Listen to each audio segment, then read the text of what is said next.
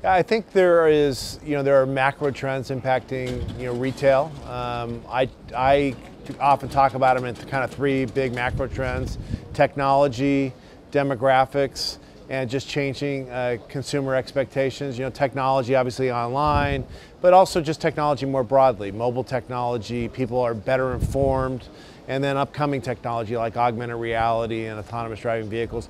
Major demographics changes taking place across the world. Aging baby boomer generation transitioning out of their prime consumption years, a rising millennial population, but not yet in their prime consumption years. And so you're having, both a little bit of a demographic V in kind of the traditional consumption years of those mid-30s to mid-50s, but you're also having two big demographic groups that are really wanting more experiential, wanting more food and beverage entertainment, because you're empty nesters if you're a baby boomer and you're pre-kids if you're a millennial, and I think it plays into what your demands are. And then changing consumer expectations. We've all become very accustomed to curated information, great customer service, personalization and customization. So I think that is a huge trend that is really very much driven by technology and demographics.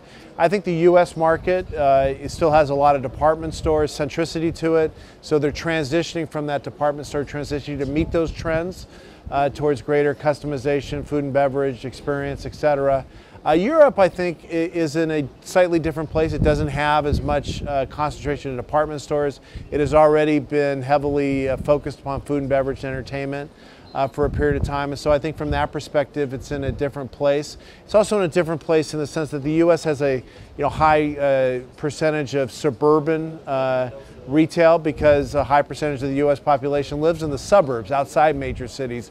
Europe's different from a population centricity standpoint. A lot more people live both in cities and in towns, and so you have a higher concentration of street retail versus kind of shopping center type retail.